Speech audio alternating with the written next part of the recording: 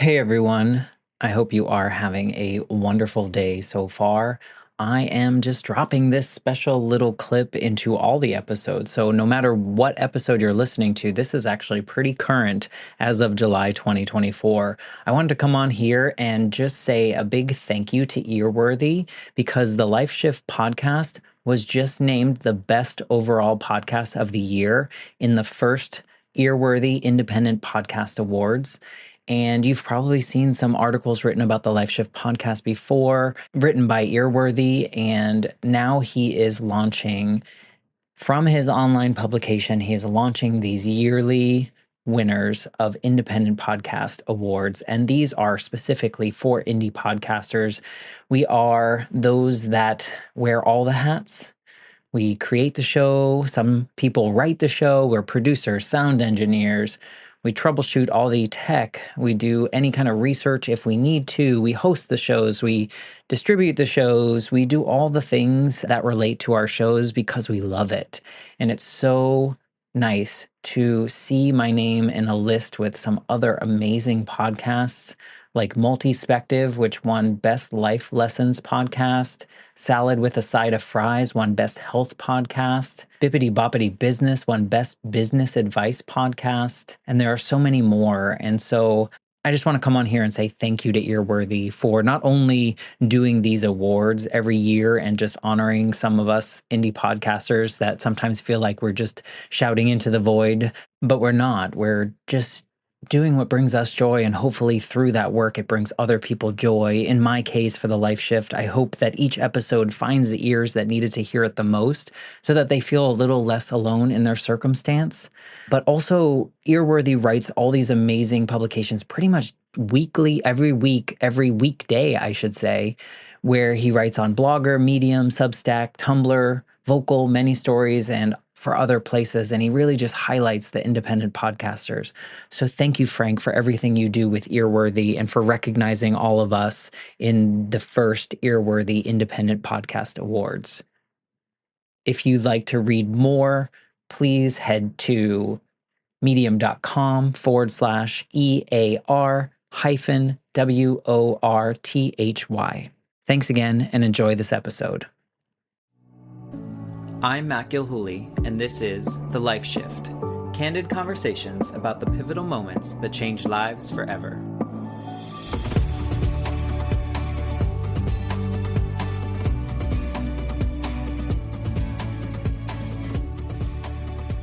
Hello, my friends. I am here with my friend Jenna.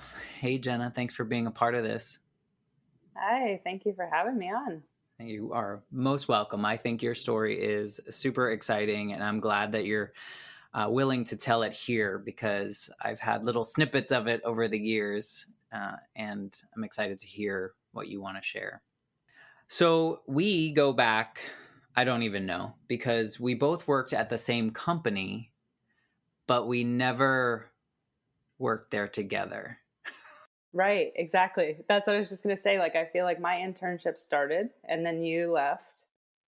And then we've just like crossed paths. We went to Joe's wedding and then we crossed paths. And then you've supported and followed us, and I followed your journey. And thank goodness for social media to Right? just like keep these people that were destined to be in each other's lives together.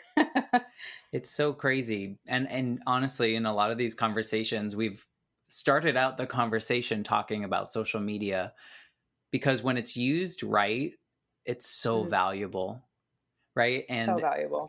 so many of these people that I've been fortunate enough to talk to and share their story, we're connected because of social media. And it's not like we talk on a regular basis or any of those things, but we know what's happening. We know we can check in at any moment and it's welcomed. It's really cool. So that's kind of how our friendship exists, really. Because I mean, I think the last time we saw each other was at that wedding. Yeah, which was 12, 10, No idea. I don't know, 15 years ago. Literally no clue what year it was. Concept of time I judge everything. is gone. It's gone. Yeah. Yeah.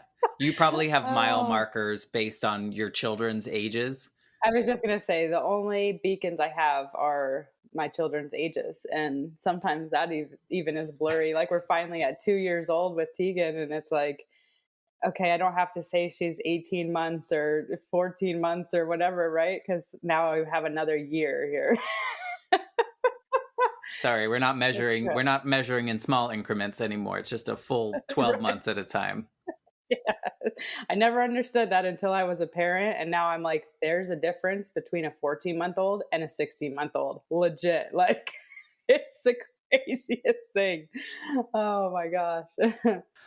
Well, as I said before, I think that your journey and all you have multiple, I feel like you have multiple pivot points Yeah. with a couple major life shifts.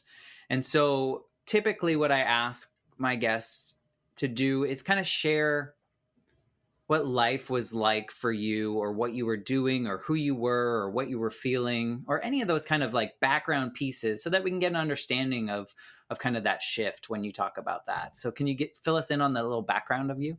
I went to college. I got a degree in mechanical engineering, and then with the sole purpose of making a lot of money.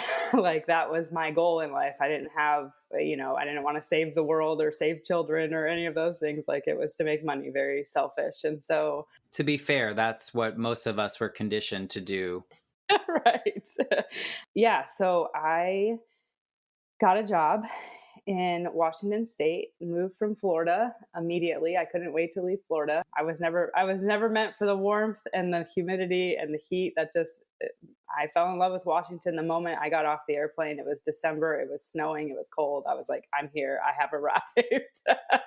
So, I got a job with the Boeing company and spent the next 10 years working there. Met my now husband there, and yeah, I mean, I did it. I reached the goal. I made a lot of money. I had a lot of disposable income.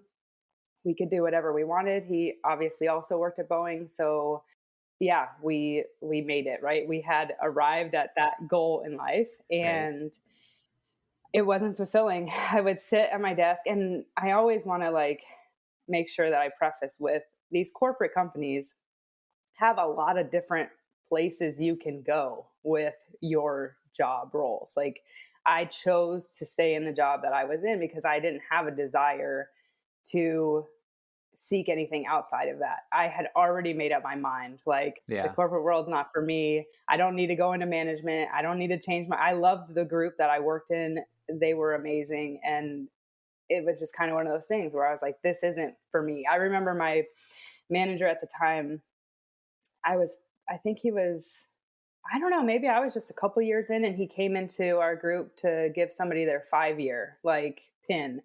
He's like, "What do you think, Jenna? You think you're a lifer?" And I'm like, "No." Like, we had very candid conversations. Everybody knew, in our group, we all kind of knew each other's business and hobbies and things that really made us excited. And so, I said, "No, I'll be lucky if I make it to 5 years." And then it was kind of like that 5 year point. That's when Justin and I met. And well, we had met already, but that's when we started dating. And like, it was just kind of like, this isn't fulfilling us. And I had the luxury of being able to use company resources. The way that I worked is that tags would come into our queue and then I would go. So like a firefighter, right? So the other times of the day, we didn't really have long-term projects. That's not what our role was. So the other times of the day when we didn't have a tag to do, we just had to find something to do. Keep yourself busy, right? Corporate world, you're not swimming outside your lane. You're not trying to help other people. Right. You're Do your doing your job. job and you're at your desk when we need you to be there. And so I was able to watch videos. We watched a lot of farming videos. And then there's kind of a little backstory of why we even, wanted to get into the farming aspect of it. But basically just got to focus my attention on doing this job and thinking about what I truly was put on this earth for. Because I sat there and I knew it wasn't that. And I had the best job you could have coming out of college. For me, I had a hands-on job. I was on the airplane every single day. A lot of the folks I graduated with were sitting behind a desk doing Excel sheets for the first 5 years of their career, right? As engineers, that's kind of like, you're either like on the job and you're doing it, or you're doing data collection as a new, as like a new employee. So I had the best job you could have for my personality out of college, and it just wasn't fulfilling at all. There was moments, right? It was like we would get on those highs. We saved the company a bunch of money. We got the airplane fixed. We figured out a way, but it was over in a moment, right? And not that I need to like live on those adrenaline rushes, but it just wasn't satisfying. Did you find that it was just kind of serving its purpose? Like you would show up 9 to 5 or whatever your hours were, and it was providing the paycheck that was that check mark in your life. You got it. Yeah. And it wasn't until we started making that money and I realized like that's not what it's about, right? Like this just is not what it's about. I'll tell you that a time in my life when I was making the most money I've ever made, I was legitimately the most miserable I've ever been. I always want to like preach that, but then I also feel like I can't, because I feel like other people that haven't made that kind of money are like, well, you can say that because you've done it. And I'm Right. like, I hear you, right? Like I hear you, and I don't know how to take that part out of my life to be like, I'm a broke farmer now. Like our margins are the tightest they'll ever be. And I am more fulfilled now than I can even like articulate.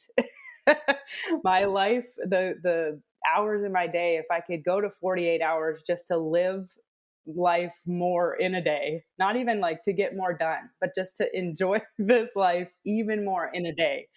Like that's where we're at. Where before it was like, what time is it?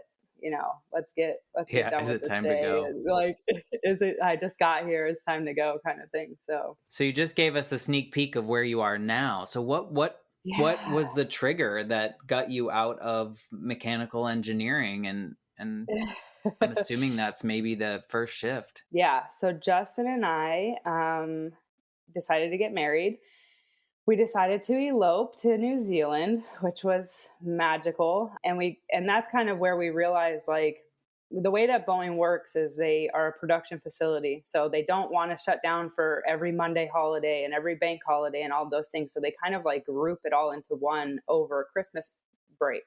We would get like 14 days off or 10 days off or something like that. So Justin and I would like save up all of our vacation, and we would hook on to either end of that, so we could take these like epic road trips or whatever and just be gone for like 3 weeks. And so we did that for our elopement.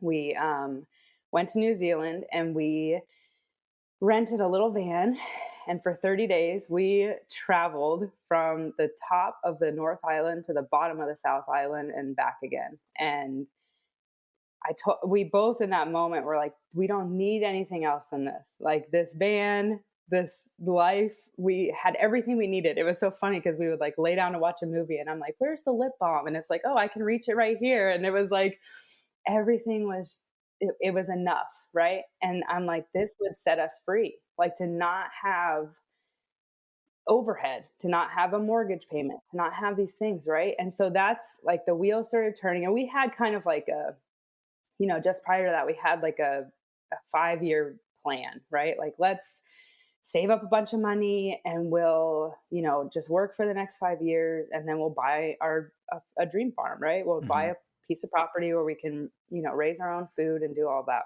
And so once we did the New Zealand trip, it was like, well, let's move this up. Like, let's say this is like a 3-year plan. And my husband was like, he's 6'4", and he's like, I'm good with all of it. I just need a little bit of headroom, right? Because we're just in this like little van and he's just like Gumby getting in and out of it. And I'm like, okay, we can do that. And so we came back from New Zealand. We collected all of our mail, and we had already kind of gone into the process of going to buy a farm. And then we realized like, oh, we need a lot of down payment or whatever. Like if the more down payment we come with, the less it's going to be. The PMI, the adult conversation started happening, and we put it all on the back burner. Like, okay, never mind. We'll wait. And so we had worked with the realtor. So we collected all of our mail. This is quite literally the day that we got back. And there was a card from her. And she said, hey guys, I know that you're holding off. I know that you have a little ways out, but the inventory for your type of house is really low. And if you're ready to start having the conversation again, then let's have the conversation again. So I told my husband. And so you have to understand something about my husband and I. We are polar opposite people. He is detail oriented. If he cannot see it, he is not interested in how, like, he's like, if Hmm. it's not right here, then I need a lot of details before I make a decision. And I am head in the clouds. Anything can happen, dreamer. Until it starts to, then I get nervous. Then I'm like, ooh, did I manifest this? What am I doing? Right.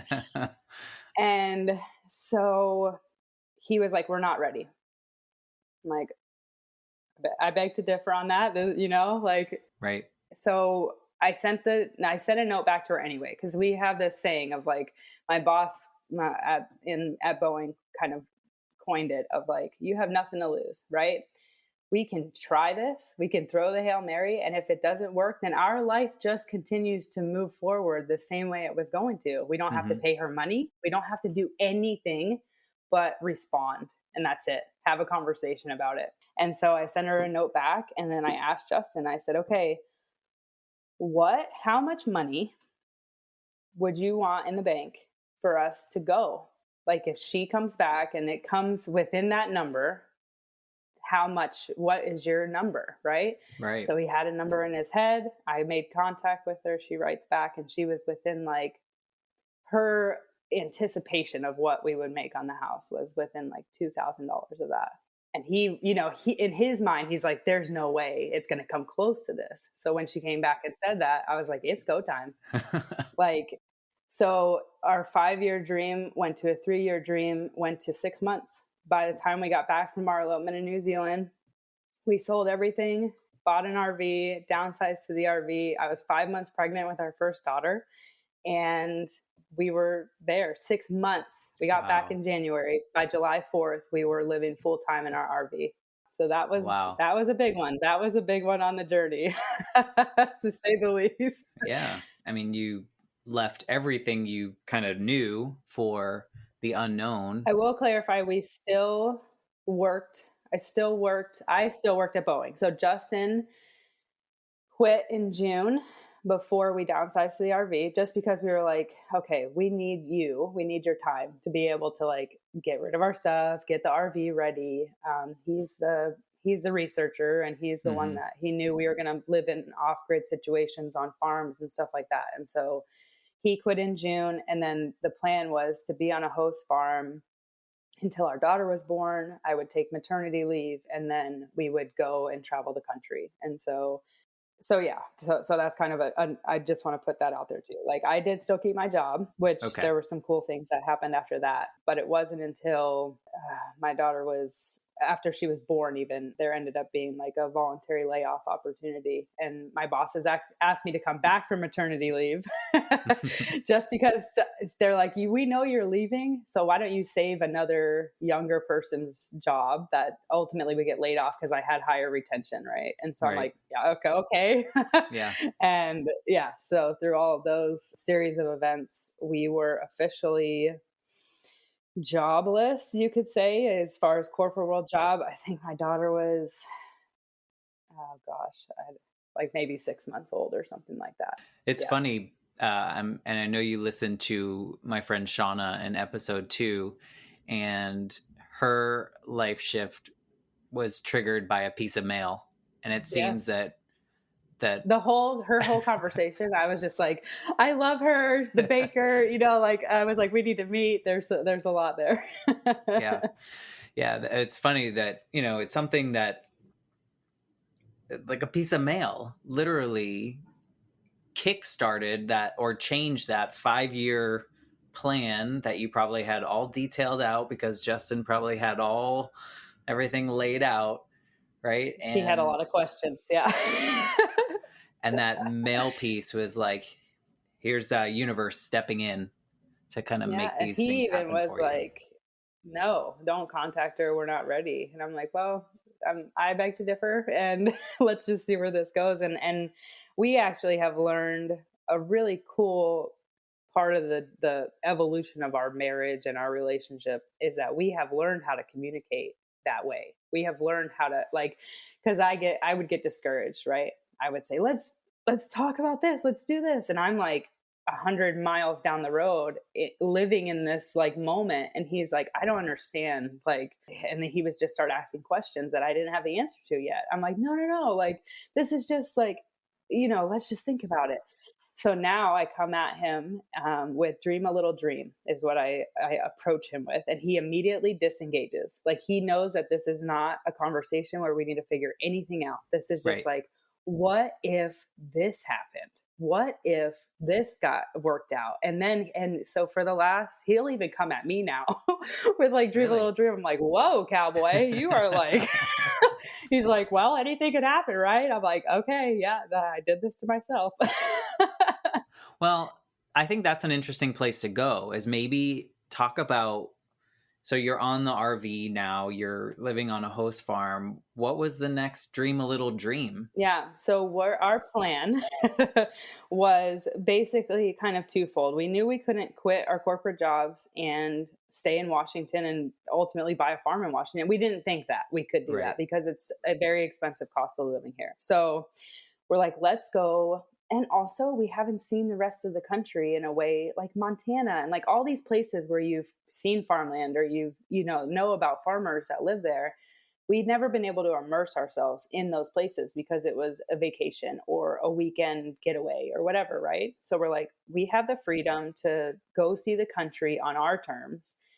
Go to host farms. There's these really cool organizations, one of which is called WOOF, Worldwide Opportunities on Organic Farms, where it's an entire database. It's membership paid, but it's an entire database of farms that are looking for help in some capacity, either one day, 1 week, 6 months, 2 years, like anything that you could think of, right? Is it kind of like a barter system? Right. So you're working Okay. and then they have like, you can either stay on farm or you can have your RV or you can tent camp or whatever. Like it can be very rustic or not. And so we had it all kind of mapped out. Like we would use Woof as an opportunity to go to these places and meet other farmers and see what other farmers were doing. Cause that was another huge piece of our puzzle is that we had so many passions that had developed over the last years before we took this leap, right? It was roughly, yeah. So I had my autoimmune flare, and then that's what kind of triggered. Like we started making all of our food from scratch and sourcing from local farmers, and that was the domino, right? And so we're like, well, we can't raise the animals and make all the food, and like we need to go fine tune our passion. Like, do we want to brew beer? Do we want to, you know, break down animals and make bacon? Do we like what do we want to do? There's no, and in the back of my mind, always like we can do it all. We can grow it, we can process it, we can make value added products because that's what we were passionate about. We are so passionate about sharing how amazing simple food is on its own without anything else, right? The community that comes from that, the story that comes from that. And so we set out like, okay, let's go figure out how we're going to make our own business out of this. Let's go see what other people are doing. Let's go learn from others. Cause that was kind of one of the things that we saw a lot of our farmer people that we had come in contact with was just like, they were in it. Once you're in it, you're like in it. And you're like, how am I making money? How are we getting this farm up and going? And there's no mental space to be able to really like dream what that looks like. You're just in it. You've got animals, you got things counting on you. So yeah, so that was our plan. So we ended up delaying our trip for a year because the farmers that we were apprenticing with got pregnant and they were about to have their daughter right in the midst of their busiest season. So they asked us to stay on. So we lived in an RV park and work with them and then delayed about a year. So instead of like taking months at each spot around the country, we had one place in North Carolina. So we wolf farmed, we met people along the way, just one night stays, which was also cool because like even though we stayed a short time, we were able to help in some capacity at every place that we stopped at. And it That's was awesome. just an incredible trip. So then we went to North Carolina. And that was, if you asked us when we left Washington, well, what's next after North Carolina? Well, you said nothing. That's the next it. And we don't know how long we'll be there. And yeah, so I can talk about how those twists and turns led us a different way if you like. I mean, I think a big part of your journey and your story is this dream a little dream, or however you cited it, because I honestly think that that's why your life has taken these twists and turns from an outsider's perspective, because I've been watching social media and like, what's next? Like, when is the next blog being posted? When is the next email news? Like, where are they going now? So Yeah. yeah, I mean, share a little bit about these twists and turns and kind of how your life brought you here where you are now. Yeah, to our dreams coming true. So we hit North Carolina, and we had talked with this family that they're doing everything we want to do. We want to learn these things for the year because we were originally supposed to go there, and then we stayed in Washington another year, and so we felt like we knew them, and in a way. And then we got there and we're like, oh, wow, like there's a lot going on here that does not resonate with us. There was some drinking issues, there were some things going on, and we were like, okay, this is not the environment that we're interested in being in. And there was kind of this like blow up situation, and we're like, we're out of here. When was this? This was my daughter had just turned a year, so she's 5. So this was 4 years ago. Yeah. And so kind of always at the top of our minds when we would get in later, as these things kind of unfolded, was like, we didn't quit our corporate jobs. We didn't make ourselves completely uncomfortable Mm-hmm. to then be put in a position that did not serve our family and our life, right? Like Right. that's not, you work a corporate job and you do things you don't want to do because it's serving you in that moment. But we got away from that. It was like things now need to serve us and our destiny, right? Like what is the next thing for our family? And it's not staying in places that are unhealthy in some capacity. So we overnight left. They knew we were leaving, but Right. it was very drastic. We were only there 6 weeks. So from this is the next thing and we don't have anything next, 6 Yeah. weeks, right? And so Because we you just were in your mind, it was North Carolina or bust. not that we thought we would live there, but we knew we would. We thought we were going to be there for a couple of years, learning from these Right. folks, right? So it's like you don't plan anything when you think you're going to be somewhere for a couple of years. So it was 6 weeks, and then another kind of mantra we have in our family is just take the next right step. So what is the next thing we can do? What is the next possible step we can make? And so that looked like it was winterish time, and my family was 12, 14 hours away. My brother had a huge driveway and a RV hookup. And so we went to Florida. Florida was so good to us. I get angry every time I go to Florida because it's so hot every time I go to Florida. And this winter was magic. And we always joke, like, it's because we drove into the state with Washington plates that like we had to have a nice winter, right? So we Thank you for stayed that one. there. Oh, you're welcome. That was the winter of. So we stayed there, and I ended up carving out bookkeeping work with my mom. My mom is like a lifetime bookkeeper, and she was doing all the file folders. And this was kind of like, I feel at the kind of height of get everything online, So I'd walk into her office and she's got files everywhere. I'm like, Mom, it's time. Like, let's get you online. She wanted to travel. So we basically scanned, I spent the whole winter with her scanning paperwork and making sure that all her files were in order, and basically carved out this remote position for me to be able to help her. She also needed help, but I knew I wasn't Right. staying in Florida. So that gave us the opportunity to be with family and then carve out this work. And so we got a tornado warning on our phone in May. My husband was like, it's time to go now. We live in an RV. We're not interested in being in Florida. And then, of course, it started warming up. Right. Yeah. By and May. yeah. And so we left. And the next stop was a friend's place in Kentucky. And I had a couple different avenues where I would look for farm work, or in some capacity, some work for trade where we could live there. And one of them that popped up was this farm in East Tennessee that was a rental opportunity. And so I tried to pitch the owner like work for trade instead because I was like, I just carved out this remote position. We're living off of our savings. Like, we're not ready to take on a rental payment. We don't even have Right. a business, you know?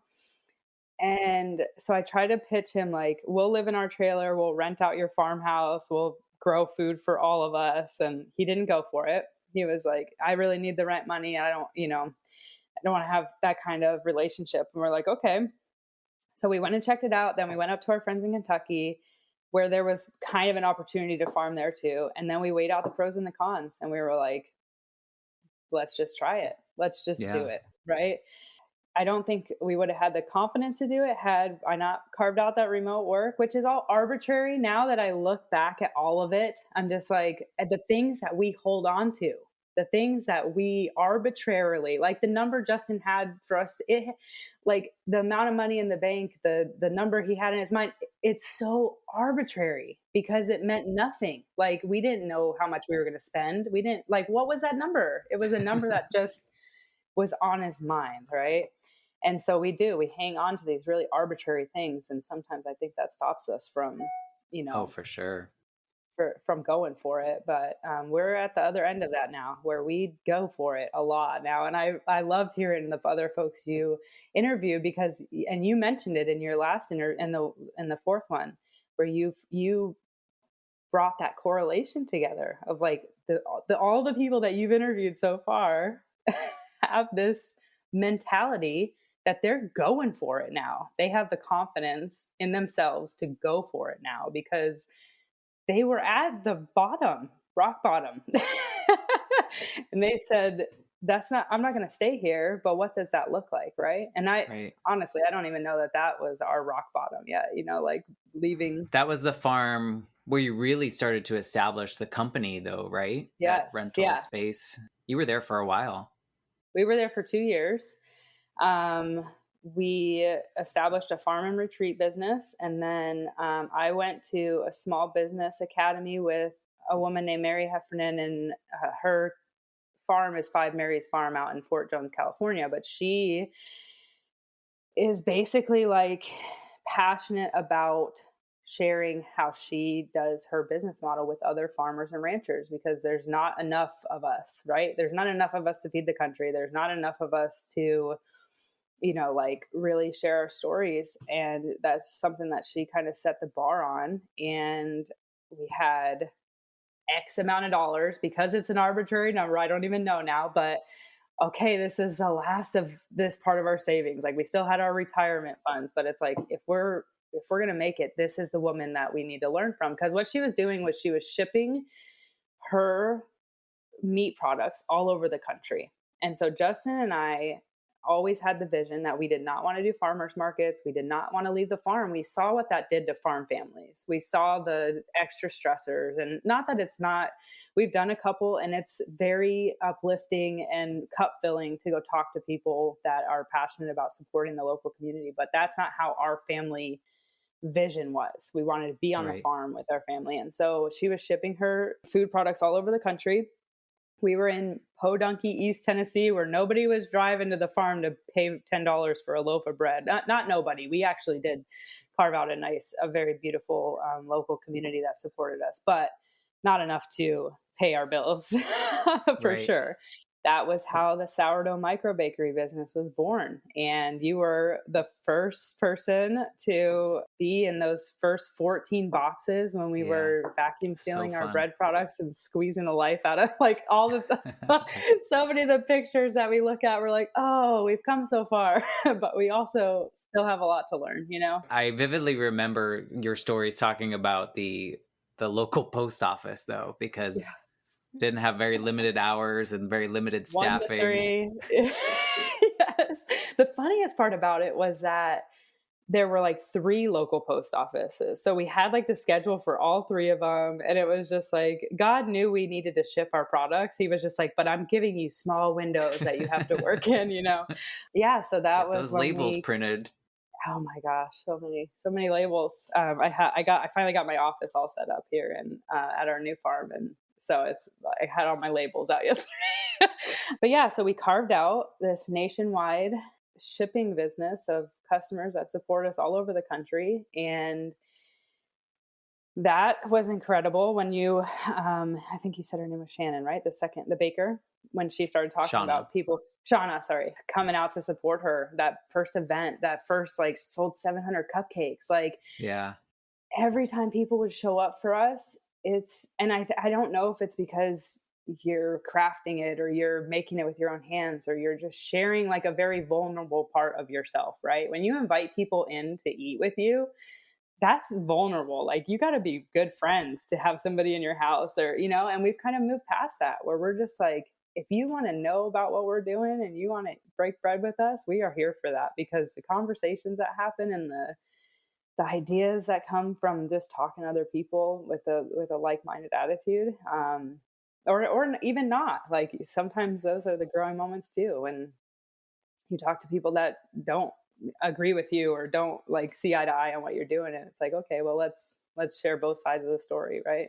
So we carved out this nationwide shipping business so we could take that anywhere, and then the lease was ending, and we had an opportunity to collaborate with another farm, and we saw it as an opportunity to remove the taking care of the animals aspect and really focus on our micro kitchen business at this point, because now it was bigger than the sourdough bakery and all of that. And we thought that's what the next right step was. And then so we packed everything up, all of our kitchen equipment, we shut down our business, we stopped making income, and we went over and started collaborating with another farm in Middle Tennessee and built out this trailer, like a basically like a concession trailer that suited our business Right. so that we could be up and running. And A micro then kitchen. a micro kitchen. And so that was April. I guess that would have been last year, maybe. Yeah, I'm pretty sure it was last year. April was when it was finally built and we could start working again. And we just didn't see eye to eye. There was some control things going on there that we were like, we're our own business, you're your own business, like this isn't going to work. And in similar fashion to the North Carolina farm, when it was time to go, it was time to go. It was made clear Right. that You this just is knew. not going to go right. And we didn't own the concession trailer, so our business was shut down again after we had just started to get up and running. And what was the next right step? We went back to East Tennessee, and the farmer that we shared land with on when we did our rental farm, he was 5 minutes up the road from that rental farm, and he open arms. His family, he has a 600-acre farm, plenty of room. They had just like demoed their mobile, so there was electric hookups, there was sewage, everything for us to be comfortable. And so we went back over there to regroup and figure out what was next. And that was where all the magic happened. We had no cell service, which was terrifying because it was like, how am I going to do the research? Like, I'm like a night owl. Like, I get research done. My husband's sleeping. He wakes up in the morning. I'm like, babe, I got a plan, right? I couldn't do anything. I couldn't do anything. It was Yeah. like it was so paralyzing. And it was like, okay, well, we need to get service out here. And so the only thing we could do was go to the library. And that was about a 45-minute round trip. And so we would go to the library, we tried to get some Wi-Fi out there. It just kept not working out. And then there was, this moment where I'm like, we're supposed to just be still. Like he was charging us pennies for rent. It was like ridiculous how kind and generous this family is. And it was a moment to just be like, our overhead is really low right now. Let's figure this out. What's the next thing we want to do? Well, the first thing we started talking about was how to make money. That was, of course, right? Our business is shut down. We are not making income. Our savings is getting drained. Like, we got to make money, right? And we basically had always had this heart to do like consulting because of all the things that we had learned. So now we have like how to build a business that you can ship products. And so many people asked us questions about that. And I was really passionate about helping, and then building a farm and retreat. So then our vision of, through these years of being on the farm, renting the farm and all of that, our vision of how to make it all work became more clear, right? Multiple income streams. We have, as a farm, we have to have multiple income streams because what happened? COVID happened. And you asked one of your interviewees about, like their, I don't know, I feel like a lot of the folks so far, their pivotal moments have been in COVID, right? Of like, whoa. So we had gone to visit the Middle Tennessee farmers before we decided to leave. And then COVID, like on our way back, is when all the shutdowns started happening. So we get back to the farm and we come back to the farm and we have eggs all over our table. We have a freezer, a walk-in freezer that was packed full of meat. We made our own bread products. And there was that moment where we were like, all of it came to this. All the times that people were like, you're going to quit your corporate job for what? You're going to do this security, what? That, and we walked back onto our farm filled with the things that nobody could get their hands on. And we're like, oh my gosh, it all makes sense right now. All the hard work we put in, all the against the grain, all the friction, we have arrived, right? We have everything we need. Our sourdough micro bakery, because we ship nationwide, just absolutely catapulted because we had people that waited for bread products for 6 weeks, 8 weeks. They would pay for it and it would take us months to turn around. So we're like, okay, we have all these income streams. We understand that's how we make this work because our retreat business was shut down. Nobody's traveling, but our sourdough micro bakery business is booming, right? And so now that we have these different income streams, like these are the 3 pillars, like value added food, raising the farm animals, and getting people to the farm. Because once you get them to the farm, then they can support you that way, right? So we're either coming to your doorstep or you're coming to the farm. These thoughts were coming when you were kind of in that be still moment. Yeah. So the thoughts of like, we can go teach other people now. We can travel. We have our RV. We can travel.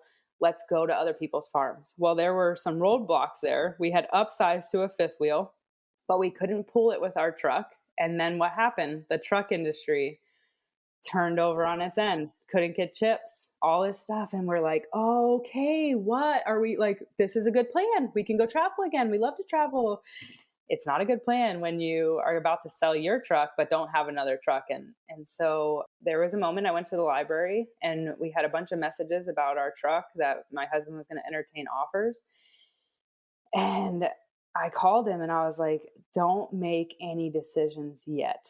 Like, let's just wait till I get home and let's talk. I have something I want to discuss with you. So I got back and I was like, I don't think this is what we're going to do. Like, what do we really want? Do we want to go travel? Do we want to go consult? We could do that. We could make money. We could make connections. We could see people that we can't wait to see, that we're so excited to connect with in person, that we've known all these years now.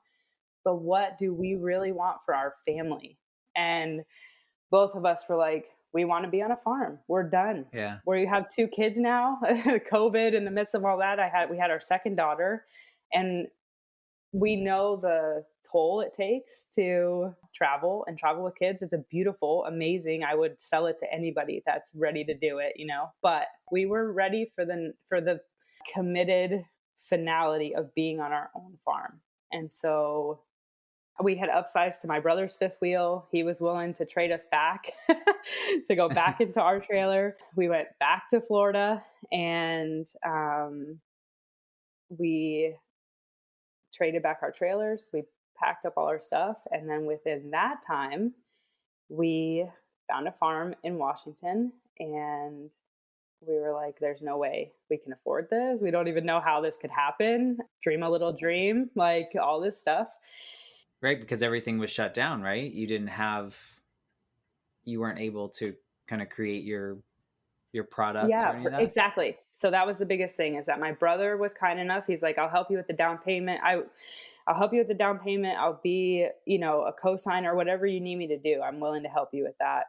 And it wasn't enough. I was like, oh, what do you mean? Like, we have nationwide business. As soon as we're up and running, here's what our monies look like. Right. And I'm trying to sell that to the farm credit folks. And they're like, oh, we need at least 18 months of like actual year income.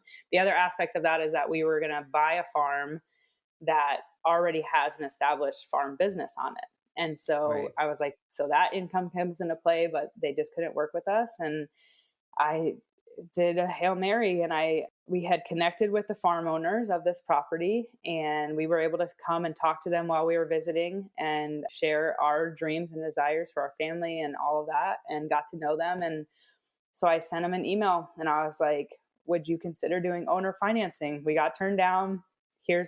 So she came back and we kind of discussed some terms, and she wanted to see a couple, paperwork from our business and stuff like that.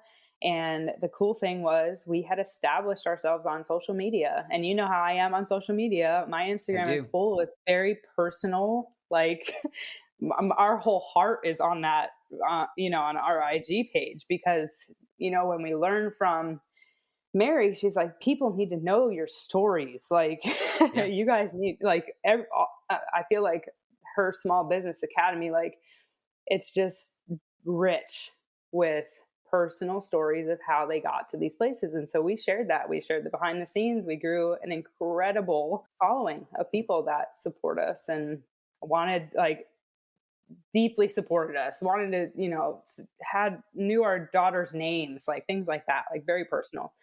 And so I gave her all that information. I'm like, here was our IG account. Here's our website I built. Here's what we've done. Here's our P&Ls from the last years when we were up and running. And they went for it. And no credit. I mean, I'd sent her like our credit score. We have those mappers or whatever. And I was like, I'm open book, like whatever you want to Yeah. see. Yeah. Because you wanted this to happen. Yeah, I kind of jokingly now of like, don't tell me that it can't happen, because we got a farm that was almost $700,000 Yeah. with no, like, at the end of our savings, our on Right. paper, we didn't get a credit check, we didn't have to go through a financial institution. Like, we just had to ask. We just had to open up the conversation. And had she said no, I wouldn't have given up. There's a few other avenues when it comes to like Right. new farm and stuff like that. But they said yes. They saw that opportunity to make a little bit more money on their investment. And it was a business transaction. It was very emotional and personal for us because we're like, is this happening?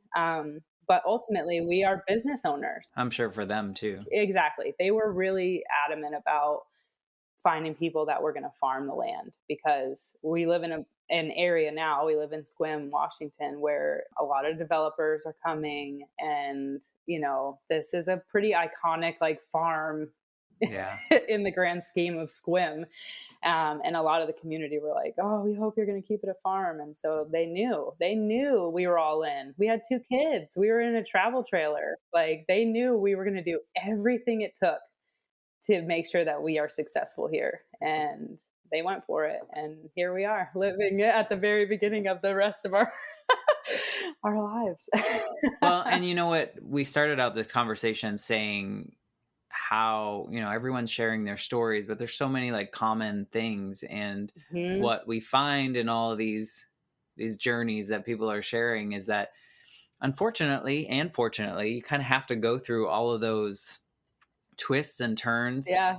Right, Yes. because you wouldn't be able to, I don't think, without all those bumps and the things that you had to challenge yourselves and even the be still moments, you wouldn't be who you are, what you're doing on this new space. And I Oh, was for thinking when sure. you were talking about creating your products and kind of having that initial like, are people going to like it, and those elements of it. Now when I see you sharing on social media, because you do a wonderful job there, sharing Thanks. these new products and Mhm. saying, look, we love these, Yeah. we're not there yet, but I want you to taste it. I want you to see where I'm going with it. Mhm. I love it. There's so much more confidence in what you're creating. And I think it's Yeah. because of the entire journey that you went on and kind of dreaming these little dreams along the way and taking the next right step. Mhm. Here you are. Yeah. Yes. And You're we, doing it. you've talked about the confidence that you've seen in your other interviews, of like that change, that switch Mm-hmm. in your personality. And like, I feel like being here and having this actually happen, to actually have, I don't know, again, arrived, right? At like Mm-hmm. what and this is beyond our wildest dreams. Like this farm, Yeah. this opportunity, like we dreamed for some of this stuff, but we didn't even know how good it could be, right? Like it is unbelievable. And we're just getting started. We're coming out of winter on a farm that has a 9-year-old established orchard. Like things are about to get wild.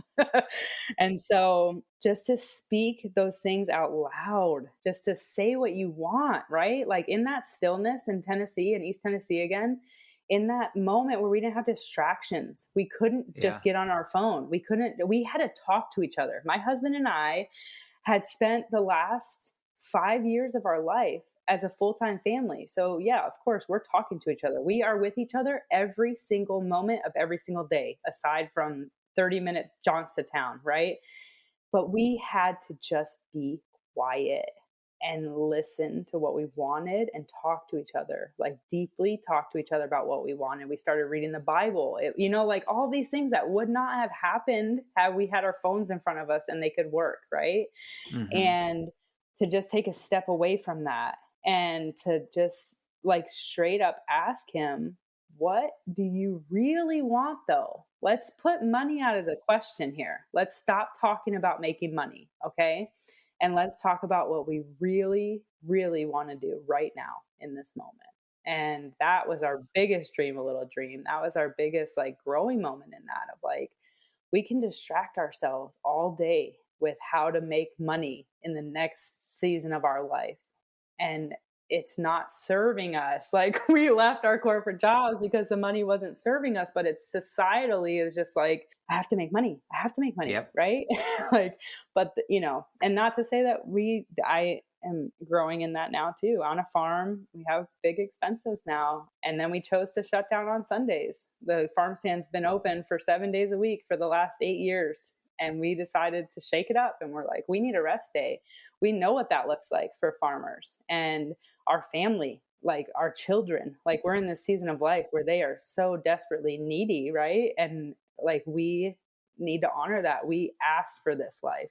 We chose this life and we need to now step into that and what that looks like. And so yeah, having the conversations, talking about it, getting personal, being still, being quiet, even music, just be still and think about what you really want in life. Really want, really, really.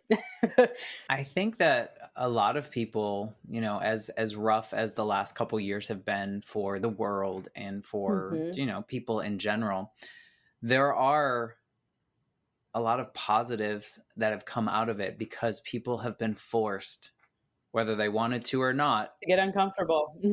to get uncomfortable, to stop, to just be and Yeah. think. And so, one of the conversations in one of the episodes, we talked about it as the Great Awakening, Hmm. in which so many people had the opportunity to go, no, this is not serving me.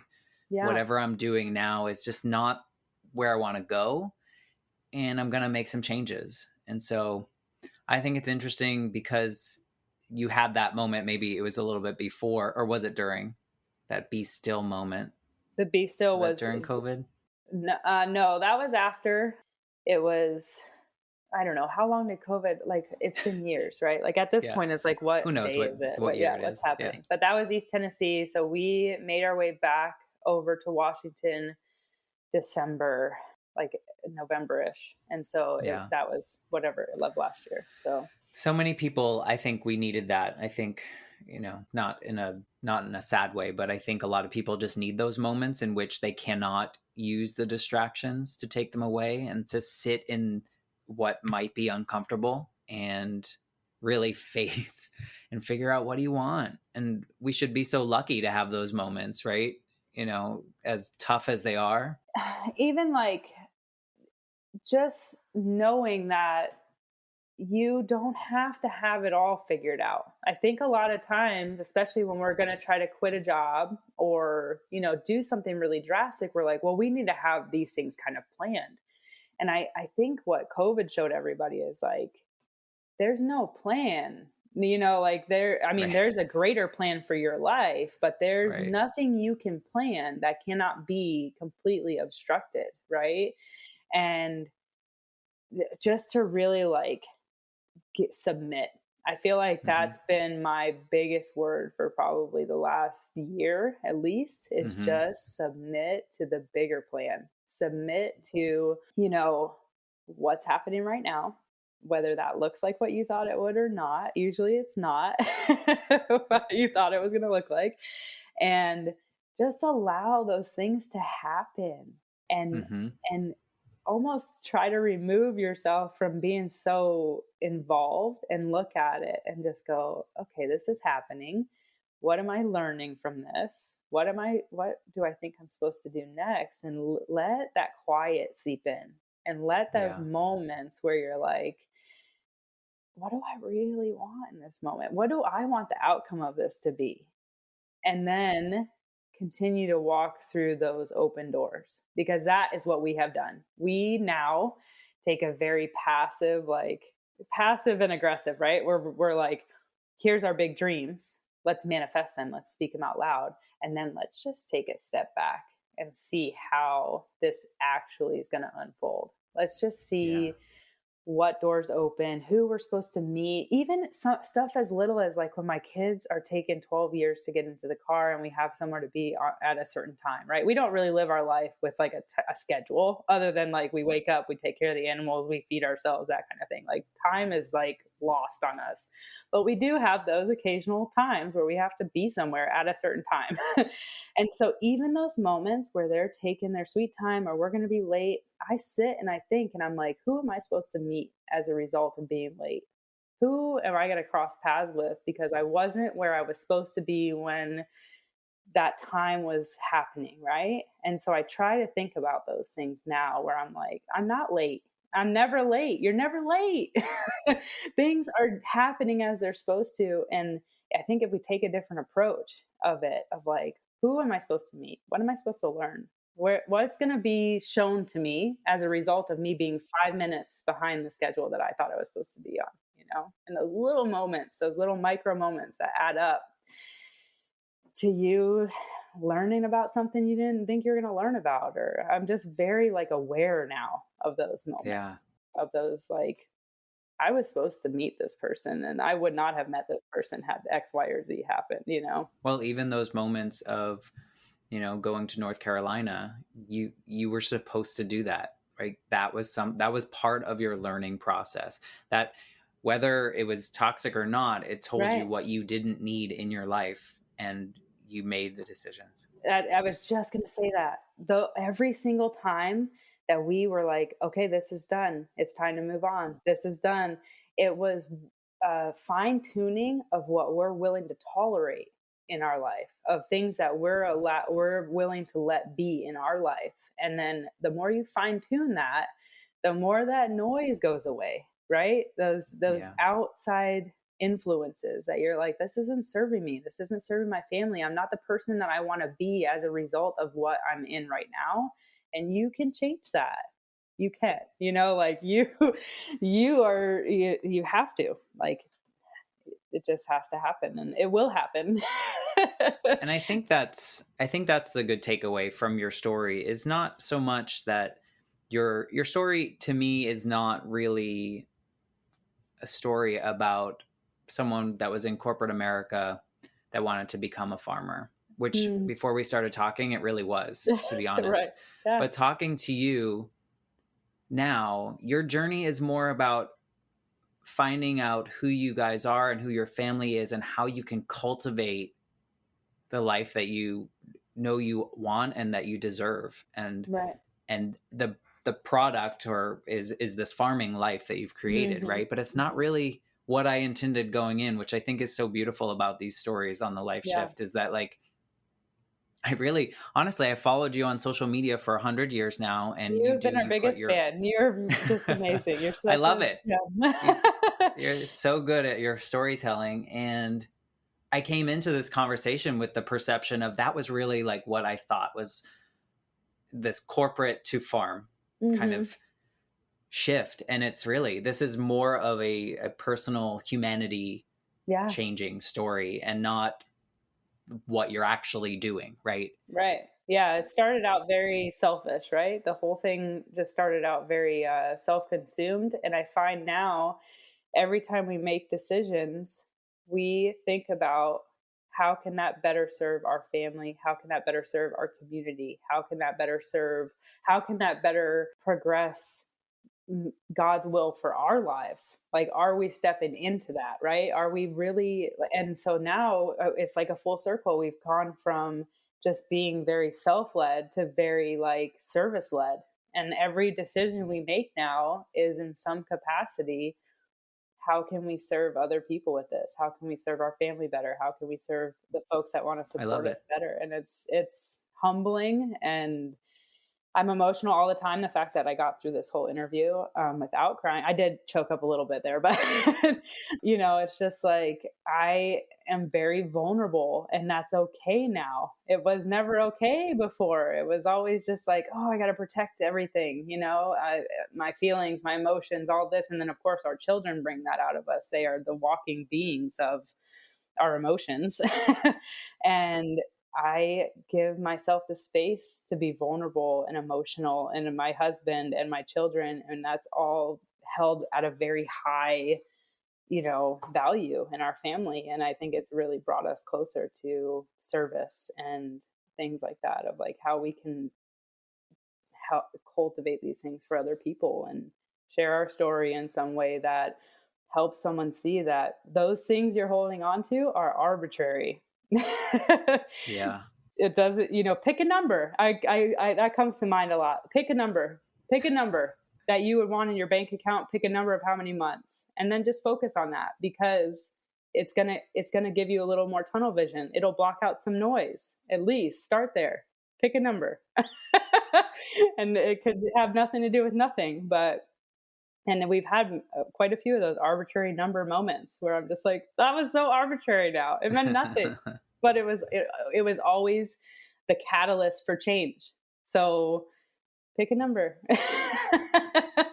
Well, my friend, I appreciate that you took this time to share your story. I know there's a lot more to your story, but hopefully people will join you on social media, which they can read about the links and whatnot in the show notes. So thank you for being a part of the Life Shift podcast. Thank you, Matt. And I just wanted to say too, you've already shared a little, and I don't know if you'll cut this out or not, but you're going to get interviewed, and just to also be on the other end of social media, and you're much more private than we are, but just to kind of like tease out those things in your life, those big moments in your life that have changed you. I've seen such a change in you over these last years, and it's been so cool. And the fact that we get to be friends through all of this, and like root each other on, and just see that personal growth, because that personal growth is magic, man. It is like, it's the hardest. Growing pains don't stop when you get into your 30s and 40s, man. I think they just get harder because you remember them. I tell my kids all the time, like, it's growing pains. You're not going to remember this. And I'm like, Jenna, you're exhausted from growing pains. Yeah. I think when we go through all these different bumps in the road, though, it teaches us what really matters. And I think that's what your story is all about, is what really matters. Mm-hmm. So I appreciate you. I appreciate you too, friend.